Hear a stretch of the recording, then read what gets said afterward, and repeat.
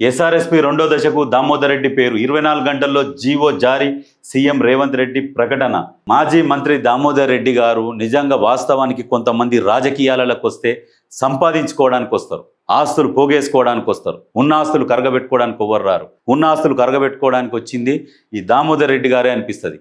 ఎందుకంటే ఆయనకు 1000 ఎకరాల భూస్వామి అన్నీ అమ్ముకున్నాడు ప్రజాసేవ కోసం. పార్టీ అధికారంలో లేకపోయినా కాంగ్రెస్ పార్టీలనే వండుకుంటా ఆ నియోజకవర్గంలో ప్రజలకి ఏమైనా సమస్యలు వస్తే సమస్యలు తీర్చుకుంటూ ప్రజాసేవ కోసం అని కొన్ని 1000 ఎకరాలు అమ్ముకున్నాడు.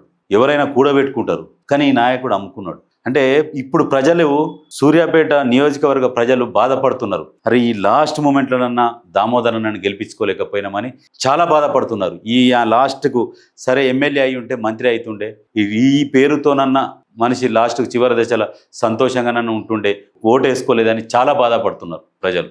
నెక్స్ట్ ఎలక్షన్లల్లో 2028-29లో దామోదర్ అన్న కుటుంబ సభ్యులకు టికెట్ ఇస్తే ఖచ్చితంగా భారీ మెజార్టీతోని గెలిపిస్తారు అక్కడ ప్రజలు. ఎందుకంటే చాలా బాధపడుతున్నారు.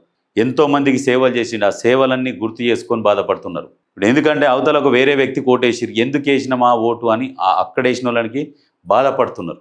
నిజంగా ఇప్పుడున్న కాంగ్రెస్ పార్టీ కూడా ఆలోచన చేసి నెక్స్ట్ టైం మాత్రం దామోదర్ రెడ్డి గారి కుటుంబంలో ఎవరికైనా టికెట్ ఇచ్చి వాళ్ళని గెలుస్తందుకు అందరూ సహకరించి ఆ కుటుంబాన్ని గెలిపించి దామోదర్ అన్న పేరు నిలబెట్టాలి. ఎందుకంటే ఆయన ఎంతో సేవ చేసిండు. పార్టీలు మారలే, ఎక్కడ కూడా అధికారం కోల్పోగానే కొంతమంది అధికార పార్టీ సైడ్ మలుతారు, కొంతమంది సైలెంట్గా ఉంటారు, రాజకీయాల నుంచి వెళ్ళిపోతారు ఛాన్స్ దొరకక. కానీ ఎక్కడ కూడా అదరలే, బెదరలే, భయపడలే. అదే కాంగ్రెస్ పార్టీని పట్టుకొని చివరి వరకు, మొదటి నుంచి చివరి వరకు కాంగ్రెస్ పార్టీలోనే ఉన్నాడు. ఆ కుటుంబాన్ని ఎప్పటికైనా కాంగ్రెస్ పార్టీ ఆదుకోవాల్సిందే.